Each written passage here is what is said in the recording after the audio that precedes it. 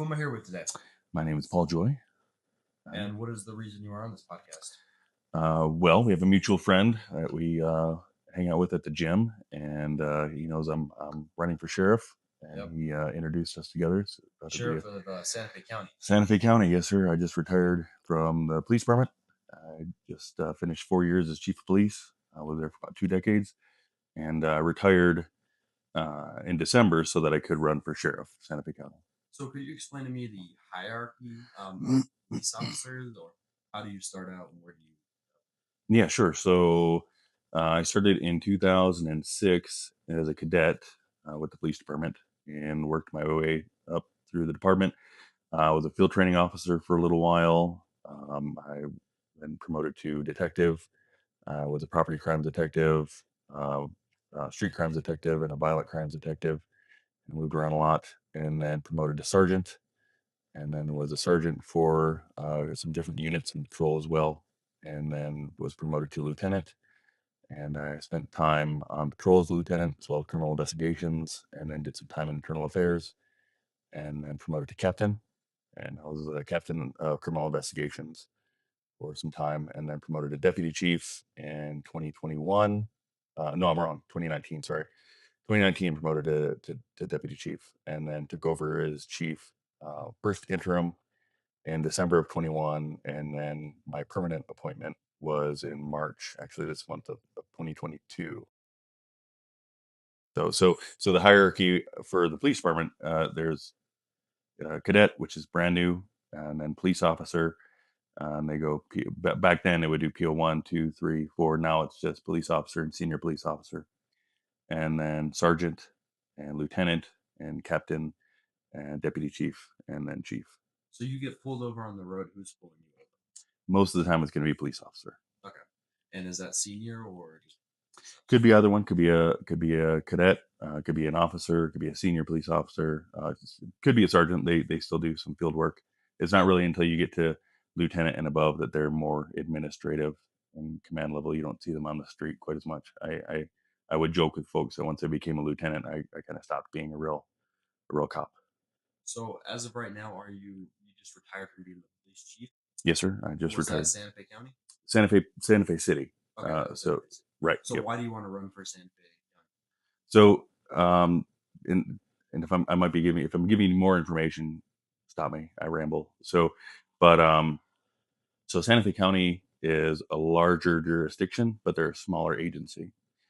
They have overlap with the city. Santa Fe County is about 2,000 square miles, and it encompasses the city. It also goes up into Espanola, um, down into Edgewood, and quite a ways down off of I-25. Um, they are, again, they're larger geographical area of jurisdiction responsibility. They're a smaller agency. They're a sister agency to us, or a sibling agency, depending on how you want to look at it. The city we have a larger call volume. They're a bigger agency, but we have a lot of the same problems and issues over the years. um, the current sheriff, he can't run again. He's termed out. The sheriff can only do 2 terms.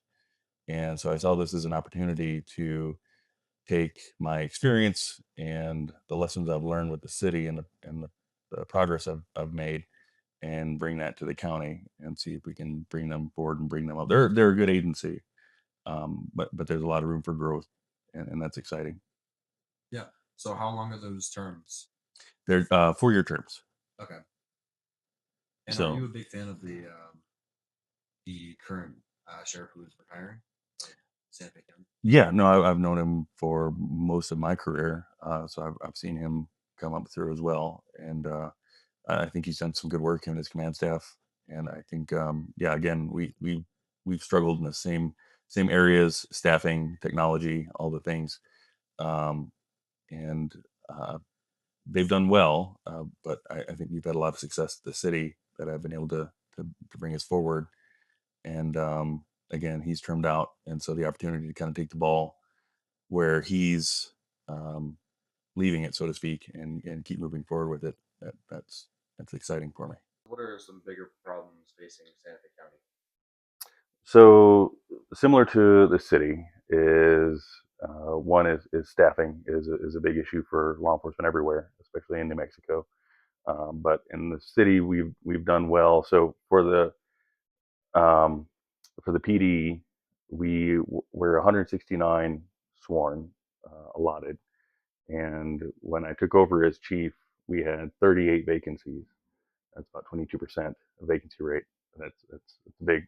Um, but when I left in December, we had three vacancies, and we had 5 or 6 officers in background, which is good. So we were tossing around the idea of how do we go about getting the budget to increase our staffing allotment, because even at fully staffed 169, the call volume of Santa Fe is such that the department should be bigger. I think it could easily justify having a sworn staffing of 200. But it's a matter of doing that incrementally. So similar to the county, they're about 100 sworn, fully sworn, and that's not when I say sworn and non-sworn. Um, Non-sworn would be like your civilian positions, your public safety aides, crime scene technicians, support staff, records technicians, all those things. And at the city, we were about another 50 or 60 civilian staff. Um, at the county, I they're not as much as we were at the city. I'd wager around 30 or 40 civilian staff.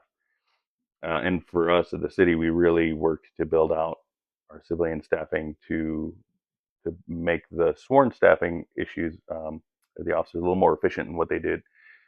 And what I mean by that is we grew out the crime scene technician positions and the evidence technician positions so that when the officer goes to a scene, they can make the scene safe, do the initial investigation, and if there's evidence to be collected, they can bring in a civilian expert who's trained in this to do that work for them so the officer can go back and do more police work. Where historically, especially when I was coming up, um, the officer was doing everything. So they get to the scene, they're taking photos, they're collecting fingerprints, they're doing all these things, which makes the time on the incident take longer, and the response time to go to other calls take longer. Um, these are things that I want to bring out to the county to give the deputies some relief and bring in some folks who, again, who are experts in these. We can make them experts in these civilian areas to take some of that pressure and responsibility off of the deputies because we had success with that.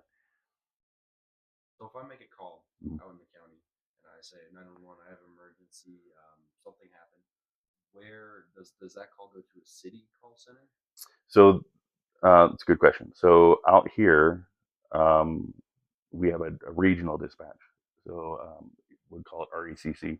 So it's a Regional Emergency Communication Center, and that is in the county. The dispatch. If you're driving out Highway 14 and you look off to the left, if you've seen the jail, Yeah. yeah. So dispatch is just in that same area, but just a little before the jail, off Okay. to the left. But so it's RECC. They are the dispatch center for the county, county sheriff's office, county fire, city police, city fire, and Edgewood. And I think that's everybody. Um, and so when you call 911, it's going to go to the regional dispatch, and they'll ask you what's the location of your emergency, and you'll give your address. Ideally, with the smart 911, that'll go in automatically when you call, but they're going to ask you anyway. Um, and then depending on where you are when you call, will determine who comes to respond to you. Are the people who take the call called dispatchers? They're dispatchers. And how many dispatchers are there? That's another good question. They have several. They monitor different radios. So there's one that takes the call, and then there's also a PD call taker, not call taker, but a PD dispatcher. And there's a fire, city PD, and county um, fire. And I don't know if Edgewood has their own or if they share with the county, but um, depending on where you go to, the initial call taker will send you over to that additional dispatcher, or um, they will basically they'll be the one asking you all the questions, and they'll be typing in the information as you're giving it, and then they'll be relaying it to the dispatcher of the respective jurisdiction that you're in. Um, And so that's where it's important to be thorough and clear on what you're dealing with and what's going on at the time. Are there any other changes you would like to bring to Santa Fe County?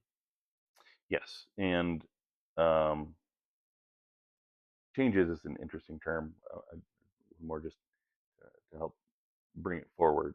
Um, I like to look at law enforcement like it's a social science, um, and the cool thing about science is something is true and good only until we get new information that it's there are better ways to do it. And we've had a lot of improvements in the city and in the profession as a whole. But um, what I've enjoyed is learning new things and bringing new programs about because in response to what we're seeing. One of the programs that I'm really proud to be a part of and helped to bring to the city was the alternative response unit. And what that is we saw, especially in 2020, a lot of community feedback of, hey, we don't like that police are responding to this type of call. And when I say this, usually it had to do with like behavioral mental health issues. And my response to that, I was a deputy chief at the time, was I agree with you. The problem is um, police never asked for these to take these types of calls. Police never said we want to take these calls and deal with these issues. It was there was nobody else to do it, and so police inherited these calls. What we did is we started researching other programs around the country to see what were other communities and other departments doing to respond to these specific types of calls, where law enforcement is not the most appropriate response for these. And there, Can you give me some examples of what kind of calls you got? yeah, sure. So when I say behavioral mental health, there for us in the law enforcement side, let's say you have someone on a street corner who's yelling at cars as Yeah. they're driving by. That's going to come in as a disorderly conduct because more likely than not, more often than not, because the person who's seeing it is going to be like, something's wrong with that guy, and I don't know what's wrong with him. He's yelling at cars as they're driving by. There's clearly the problem here. The dispatcher is going to take that and like, okay, well, it could be a mental health call, but or he's angry about something. I'm not sure. I'm going to put that in. The disorderly conduct is kind of an umbrella term, and it is an actual crime. There's an ordinance for it, but more often than not, it's used as a generic. I don't know what this is, but it's something type of call, right? That one or welfare check are the two big call types that you're going to get. Um, Welfare check? welfare check. That just means someone's like, all right. Something's wrong. We're not quite sure what's going on with this guy. It Yeah. could be same similar thing. Someone's yelling at cars as they're driving by, or it could be someone is laying on the sidewalk, and I don't know if they're alive or dead or what's going on, but I'm calling it in, and they're not gonna get out and check and do it, but they're driving by. They see the guy on the road. It looks weird. I'm gonna call it in. It's gonna come in. Again, these are like umbrella terms that could mean a number of different things. Yeah. But so whereas, let's take our friend who's yelling at cars that are driving by. Is law enforcement really the most appropriate response for this guy? Probably not. He probably needs a caseworker or some other type of mental health that one gets him out of being at risk in the roadway. We don't know what he's seeing. Is he seeing hallucinations? Is he just having a bad day and he's just yelling because he just needs to yell? There are a number of things that could be going on with this person, but um, law enforcement is not the best group of folks to deal with this particular issue because we're law enforcement. Is he breaking the law? Not really. Uh, not in this particular scenario. But who better is going to respond to that? And so the alternative response unit are the more appropriate folks to come in and identify what the actual problem is. And they are staffed with a caseworker who is specialized in behavioral mental health, a medic from the fire department, and a police officer. The police officer generally is just there for scene safety, make sure everything is okay and the people on scene are taken care of. But the people that are most going to be interacting with that individual are going to be the caseworkers and maybe the medic. And ideally, they would get him out of the street and over to the hospital, or if he's already got a doctor that they're working with, over to that person to get him some help.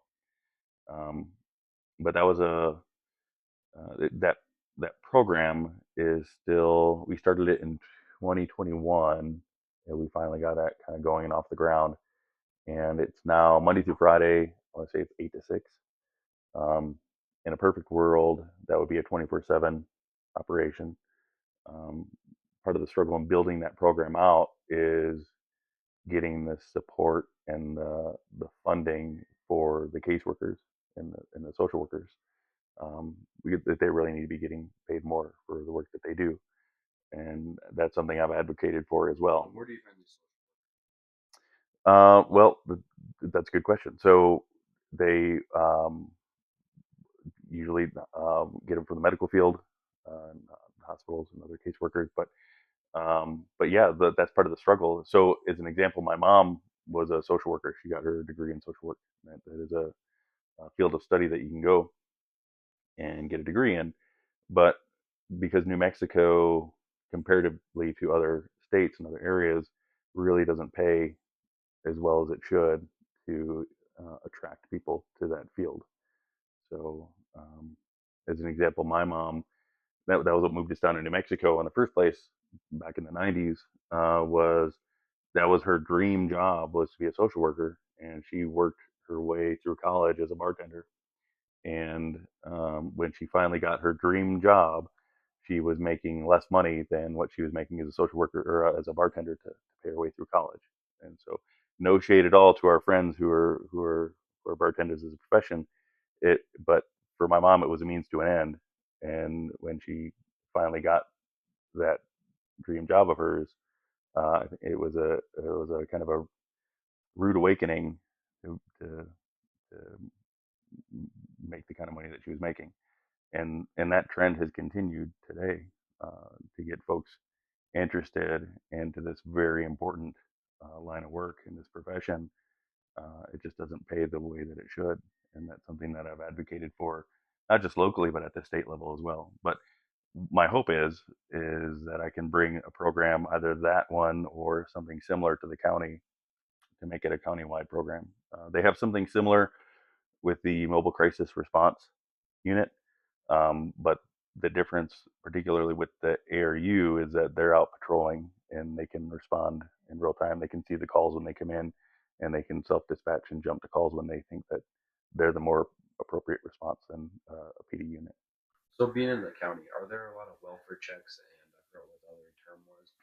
Um, when people are just like yelling at cars, or just maybe on drugs or something. Is there a lot of cases like that out in the county? Yeah, I mean it's I mean we see it statewide. It's not just a city call. It's our for the city side. Um, that that's just kind of one scenario of the different types of calls that would come in as a disorderly conduct. Um, but disorderly conduct and welfare check are the two highest external calls for service that we get. And when I say external, that come in from the community. Our two highest, or our highest period call for the city were still close patrols, which are a proactive call for service that is self-initiated by the officer. Could you explain more about that? I really Sure. So if we there are a couple of scenarios in which we would do a close patrol. If there's a problem area in the officer's um, assigned location, they're like, hey, we've been getting a lot of break-ins in this particular spot. I'm gonna in this neighborhood. I'm gonna do some close patrols when I'm understand. not. It's something that they can do as a deterrence. Also, oftentimes you'll get lucky and you'll catch a crime in progress, or you'll see something going on. But it's just something to keep an eye on, a neighborhood or a particular area of concern that you've seen either a spike in a certain type of crime, or sometimes people will call it in and say, hey, we've been seeing a lot of suspicious activity or weird things going on. We'd like a little extra attention here. They can do it that way. Sometimes people will go out of town and say, I'm going to go on vacation for the next 2 weeks. Can you just have officers drive by when they're able and just make sure that everything looks the same as it should, or looks the way that nothing crazy is going on. But for us, yeah, it's when when the police officers aren't on an active call, how are they making use of their time? And the things that we ask them to do is either do traffic enforcement in your area, especially in when we have certain problem areas of traffic crashes or complaints of speeding, Yeah. um, areas like that. Well, we want them to be more present in that area and try to bring those. People aren't going to speed if they know that they're going to get pulled over, or if they see cops around more often. They're going to be a little more aware and drive safer. Um, so if they're not doing traffic, then okay, are you patrolling your areas? Are you going through and keeping an eye on things and making sure that your area of responsibility is safe? And how do you make sure officers aren't just out there getting burritos Yeah. and driving around? Right. So yeah, and this is where we break it down when we talk about supervisors and sergeants. A lot of that has to do with your supervisors. Are your supervisors aware of where you are and what you're doing? The city is broken down into 10 areas. Um, so if you look at a city map, um, we break it down into north and south, and then it's broken down further into areas. So area 1 through 5 is on the south side, area 6 through 10 is on the north side, and they will assign out officers. These are your areas for the day, um, and it's on the sergeants to make sure that their team is doing what they're being asked to do. How many And sergeants are there? 2 sergeants per shift, or per so each shift is broken down into 4 teams, and each team has a sergeant. So there's 4 sergeants per shift. On any given day, that's not a common day, you're going to have 2 teams working.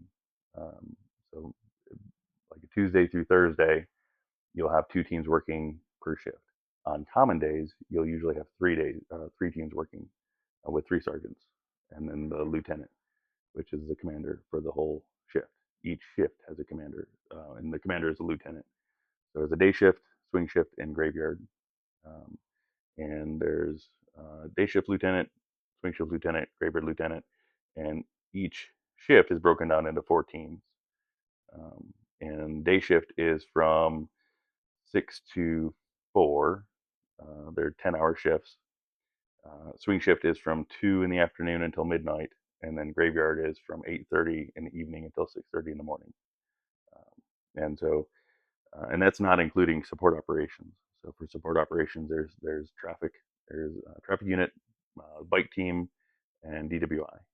So through a lot of but so the teams, so every shift starts with a briefing, and in that briefing, that is where the sergeant will give the officers what, hey, we're seeing. Um, they'll go over the crimes from the previous day and the previous shift as well. If there's any active scenes that have to be taken over, like a major crash or homicide. How often are there crashes? Oh, there's crashes every day. There's probably a crash right now. The ex In the Santa Fe County and city, or just certainly in the city? city, certainly in the city. But the extent to which the crash is um, involved can vary. More often than not, they're going to be fender benders, Yeah. whatever. Um, it rarely is it.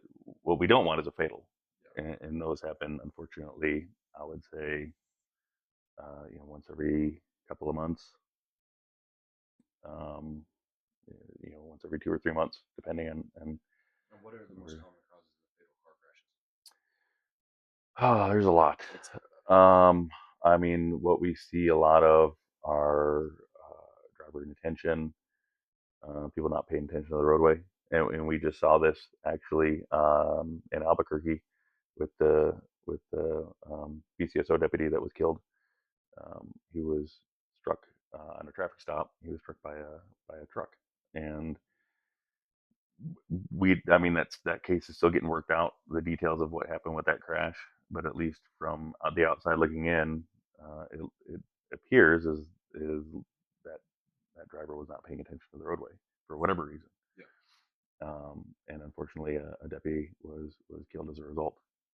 And so um, those, broadly speaking, those are unfortunately um, not uncommon. And so, do you see a lot of gun violence in Santa Fe? We've seen more than we have in previous years, and um, it kind of ebbs and flows. But um, to say a lot, it depends on what we're comparing it to, I guess. But I can say more than previous years. And what is we've done a number of things in response to that. And the city also has a um, like a violence prevention folks that they've brought in the contract to try to do some community programs and intervention in the areas where we see it most. Something that just got approved by city council, and this was a city and county initiative um, through grant funding, is a shot spotter program. I don't know if you're familiar with that. Or the same thing in Albuquerque? Albuquerque has it. Yep. And what that does is so I've been working on that program since 2020 as well, trying to get that program off the ground at the city. Um, and it took this city and county initiative, kind of combined unit, to get it really moving. But um, we have we gave ShotSpotter our data for 4 years, and based on our own calls for service, shots fired calls, and gunfire calls, they put together the two areas where we see those calls happen the most. And it's two things. I'll put it aside for a second. I'll bring it back. But I do a lot, or I did when I was chief. I did a lot of community meetings, and whenever I would do that, I would pull the data for that area.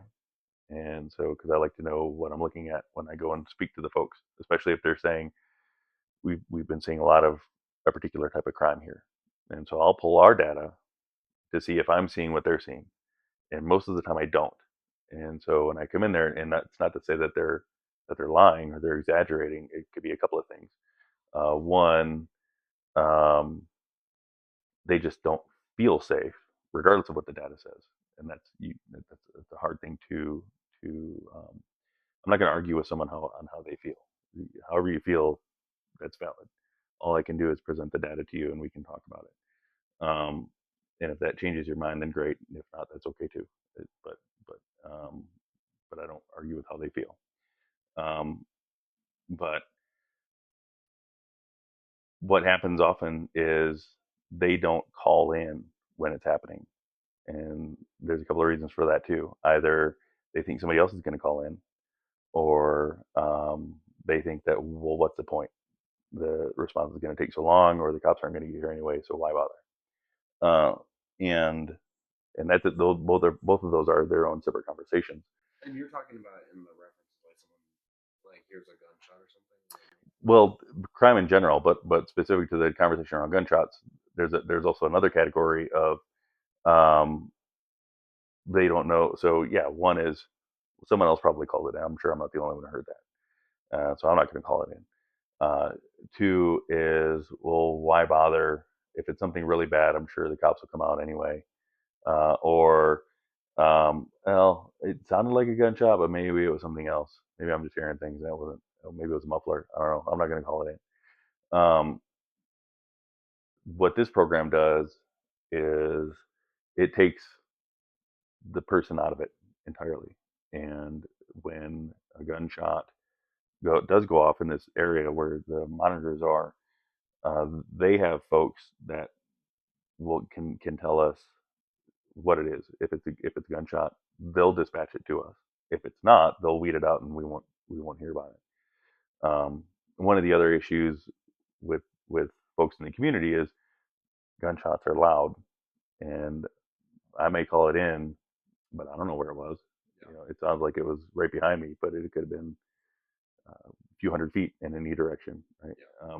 This will give a precise location as to where it was and when it happened, and it takes the guesswork out of it, and it will go directly to not not just dispatch, but also the officers' computers in their vehicles, so they can respond to it right away. So it's an exciting technology that'll hopefully um, reduce the types of gun violence that we're seeing in not just these areas, but if if this goes well, then hopefully they can expand it and make it a citywide program, which benefits the county as well. If you had to make a guesstimate, how often would you say there are shots being discharged within the Santa Fe city limits? Oh, I wouldn't even be able to really guess. Um, yeah, I wouldn't be able to tell you.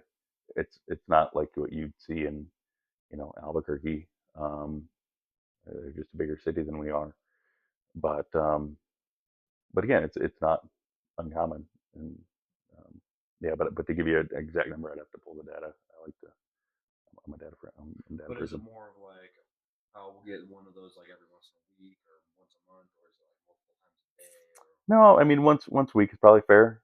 okay. Once every couple of nights, even maybe. I mean, it just depends. I'd say once a week is And probably do you fair. think the majority of that is just people shooting their guns in the air, or is that Yeah, more often than targeted? not, it's Yeah. it. I mean, yeah, we don't get because for us that would be either aggravated battery or aggravated assault with a deadly weapon. We don't get those calls um, that often, but yeah, I mean, once a week, once every couple of weeks. Let's say you find someone shooting in the air. Mhm. What would be the punishments for that within city limits? At the very least, you have negligent use of a deadly weapon. Um, but um, yeah, depending on are are they felon? What or should they are they even able to have a gun in the first place? But just at face value, there you've got like negligent use of a deadly weapon. Do you find a lot of people that have illegal weapons?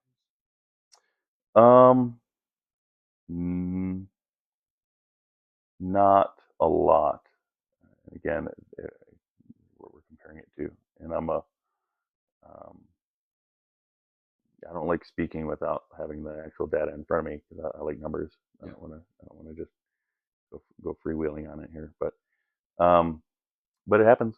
I mean, it does happen, and that's another thing that I had advocated for, and will continue to do so. Is I'm a fan of mandatory minimums, and what I mean by that is if you use a gun to commit a violent crime, there should be a mandatory sentence involved.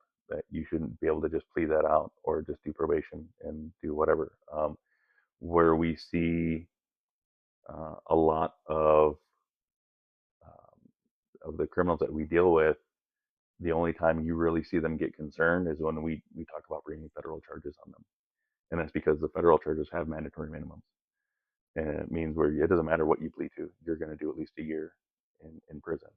And I think until we start really getting serious about holding the criminals who do these crimes accountable and actually putting mandatory minimums on their sentencing, um, we're going to continue having problems.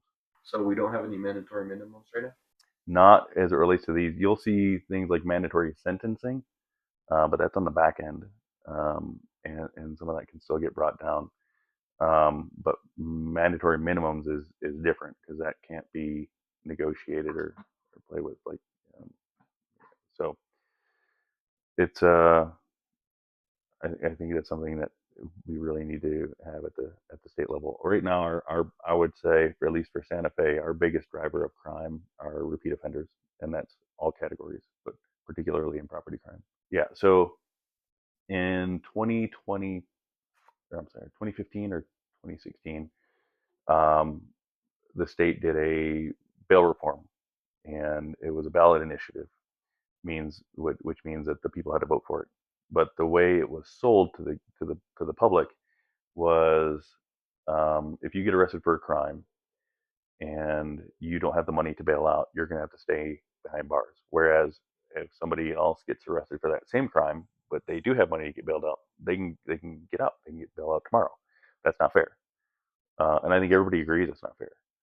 And so the way this was sold was everyone is going to be held accountable the same, regardless of how much money you have.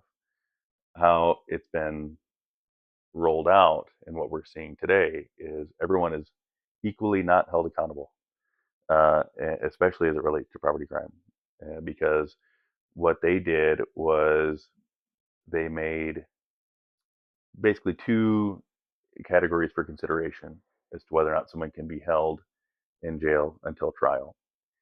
One is risk of flight, which almost rarely gets considered as whether or not this person's a flight risk. The majority of the folks that we deal with as repeat offenders are flight risks. They're not going to show up to court. They're not going to do their thing, and we're going to deal with them again. They're going to get warrants. And we're going to go, and they're going to get out again. Um, but the other one is dangerousness, and that one is interesting because um, that word has been pretty narrowly defined by the courts to be just related to certain violent crimes.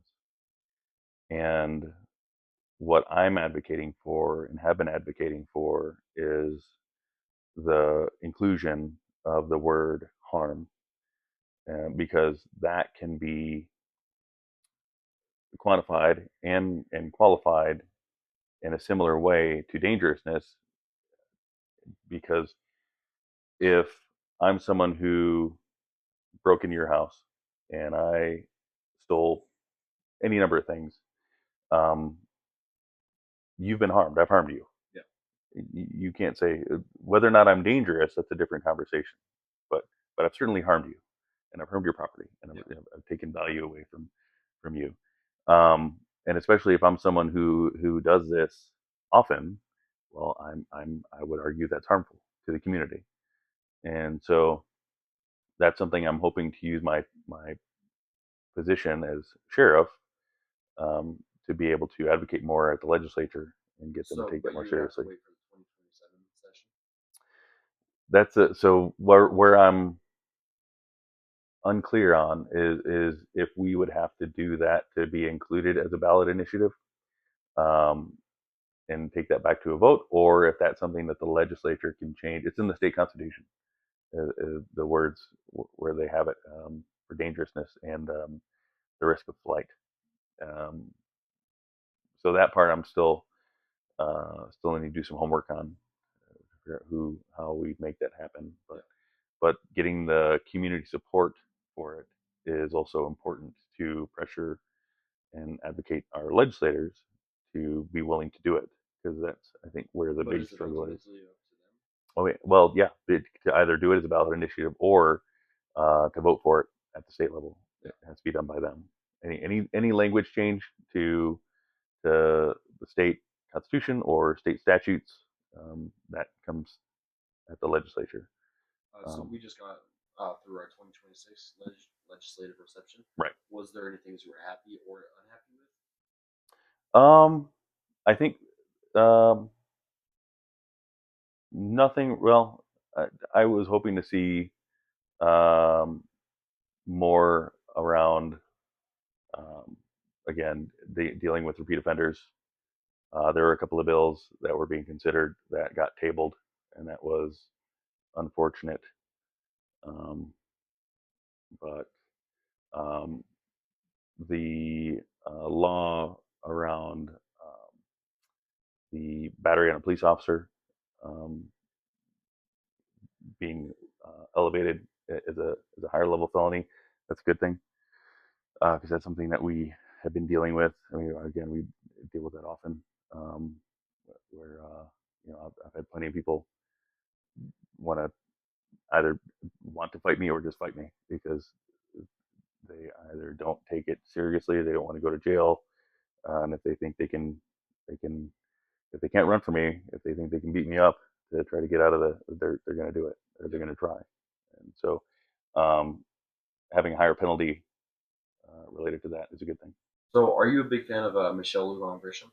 I think she's done a fine job. I don't I'm not a fan. I think Yeah. there's been a lot of stuff that she's wanted to get through. I think she also was a fan of trying to uh, work on the repeat offender issue.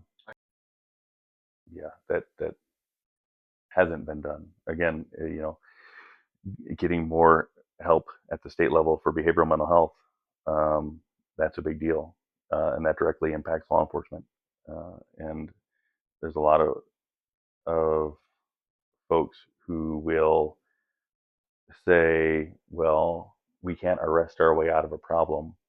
And that's true. I agree largely. There are um, certainly folks who, it doesn't matter how many services you offer them or what kind of diversion programs you offer them, they they commit crime because they enjoy it. And those are the people that then really the in my opinion, they just need to be behind bars because they're a threat to the community, Yeah. and the community needs a But break from them. how many taxpayer dollars would it take to lock someone up? Let's say for life. Yeah, that I don't know that. That's a good question. But then related to the folks who say we can't arrest our way out of the problem, which I agree with at large, um, what are they doing to divert funds into our behavioral mental health system to get more workers and get better quality workers and get facilities? Um, so it was really not until recently that, um, and this is something that the governor advocated for as well and pushed for, to be able to compel people into treatment who are potentially dangerous. I had an incident when I was an officer where uh, this this guy had attacked a woman on a hiking trail. She was pregnant. Attacked her with a rock.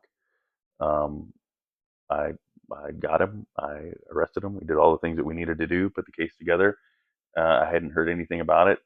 Months and months had gone by, and then I finally had spoken with someone from the district attorney's office. I was like, "What happened with that case?" And they said, "Well, he was deemed not competent to stand trial, and so he was released." Yeah, that's frustrating. That's very frustrating and dangerous. And so I know something that the governor had done and pushed for was to get our competency um, language um, modified, and so there's some mechanisms in place that people can be compelled into treatment. Have you met the new mayor? Yes, I knew him when he was a counselor for the city. Yeah, Mayor Garcia. What are your thoughts on him? I think he cares about Santa Fe. I think he's from here. I think he's got some ideas. He's got a. I haven't met a lot of the folks on his team, but I think he definitely uh, cares about what happens here and wanting Santa Fe to do well. Um, I think it's. I mean, he's still pretty new in his mayorship, in his term and tenure. But I think he's a good guy. I think he's a nice guy. I think he wants to do well. Um, a lot of that has to do with the folks that he builds around him for his team to get things done the way that he wants to do it. But I think there's a lot of promise and potential there. I think I think his heart's in the right place. What about Ellen Weber? I like Alan a The lot. former. Yeah, former mayor. Obviously, I was the chief under him. Um, yeah, really good guy. I think he well intentioned guy. I think he really tried to solve a lot of the state issues at the city level, and um, uh, I think homelessness in particular was a big um, uh, tackle, a big thing he really wanted to tackle and and fix. He was a big fan of Built for Zero. Built for Um, Zero. right, yeah, zero like zero homeless initiative, get people housed and sheltered.